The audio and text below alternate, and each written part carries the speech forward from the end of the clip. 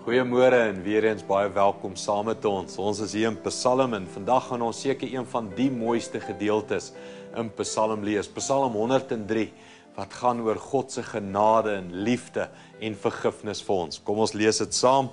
Psalm 103 hier vanaf vers 8 af. Hy sê: Die Here is barmhartig en genadig, geduldig en vol onfeilbare liefde. Hy sal ons nie voortdurend aankla of vir altyd kwaad wees nie. Hy straf ons nie vir al ons sondes en vergeld ons nie volgens ons oortredings nie. Want so ver soos die hemel van die aarde af is, so groot is sy onfeilbare liefde teenoor hulle wat hom dien.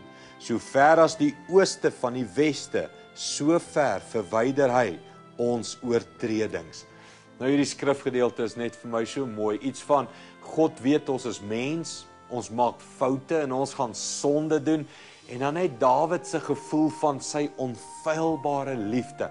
Hy sal nie altyd kwaad bly nie, hy sal geduldig bly, hy sal jou nie straf vir al jou sonde nie, en God het geduld met my en jou. En so ver as wat die ooste van die weste is, sal hy ons sonde verwyder, en net al hierdie beloftes van God se genade. Het jy dit nie vandag nodig saam met my nie? Kom ons bid dan daarvoor. Hemelse Vader, dankie vir hierdie liefde. En ons verstand kan dit nooit begryp nie.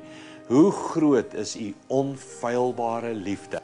Dankie vir genade, dankie vir vergifnis, dankie vir alles. In Jesus naam. Amen. Goed gaan en ons sien weer môre.